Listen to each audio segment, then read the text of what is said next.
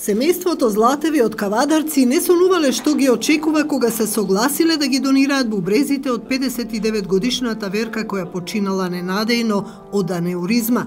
Братот и сестрата без размислување се согласиле да ги донираат бубрезите кога биле прашани дали ќе ги дадат органите од нивната мајка, раскажува за нова Диме Златев, син на починатата. Кога сестрата кај мене беше во Скопје, и ми се јави да ми каже дека мама е почината, т.е. дека имала мозочна смрт.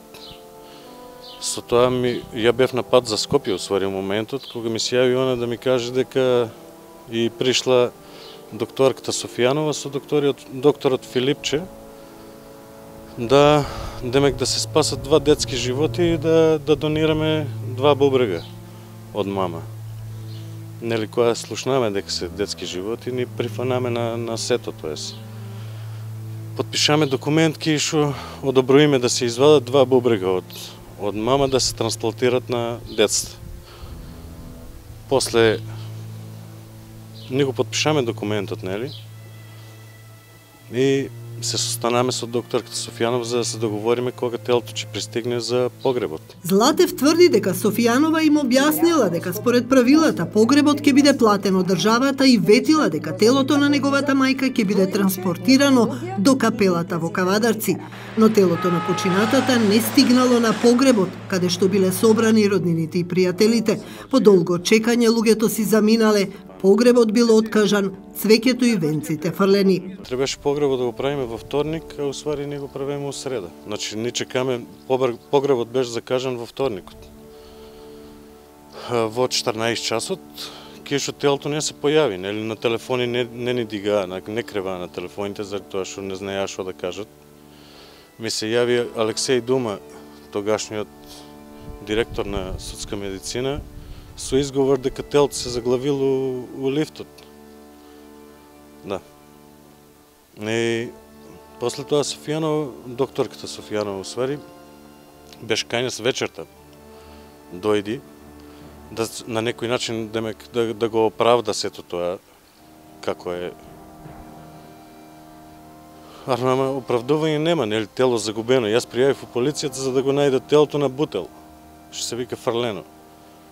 Беше договорот да ни ја вратат мама со облечена со алиште, што треба каже доликуе нели на еден донор на органи, а беше вртена у бел чаршаф и скасапена цела. Диме вели дека по ова институциите си ја префрлале топката едни со други.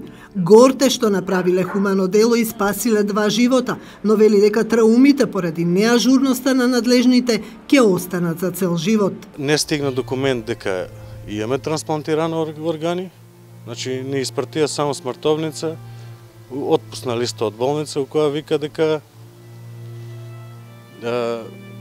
пациентката починала од мозочна смрт на таа и таа дата, од толку и толку час. 10 пати јас одев у Скопје за да побарам документ, кај што не знам как да се изразам уопште.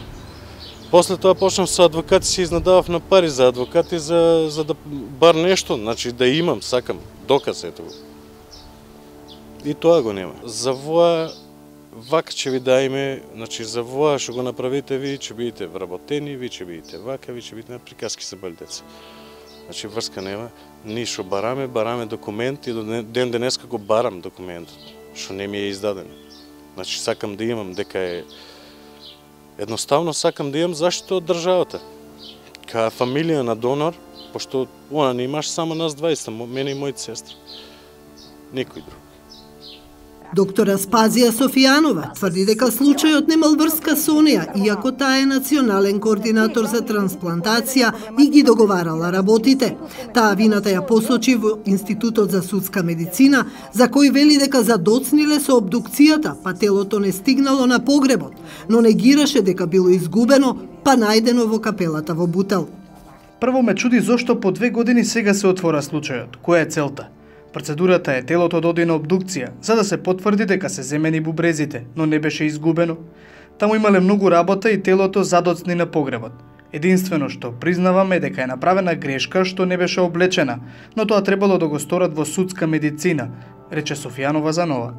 Трансплантацијата од починат донор треба да ги стимулира граѓаните да ги даваат бубрезите од своите блиски. Иако беше донесен законот, Трансплантацијата во изминатиот период стагнираше. Досега се направени само 8 кадаверични трансплантации.